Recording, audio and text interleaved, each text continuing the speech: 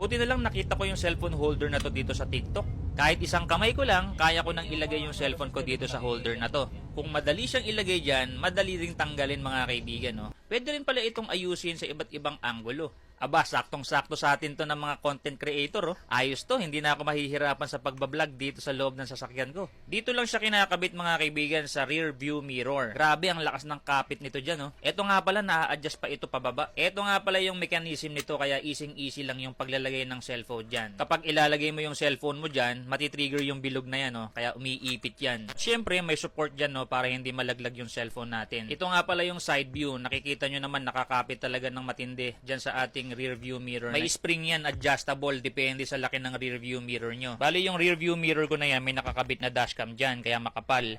Kaya compatible yan sa kahit na anong sasakyan mga kaibigan. So ano pa hinihintay nyo? Alam nyo na yung gagawin. Pindutin nyo lang yung yellow basket dyan sa lower left side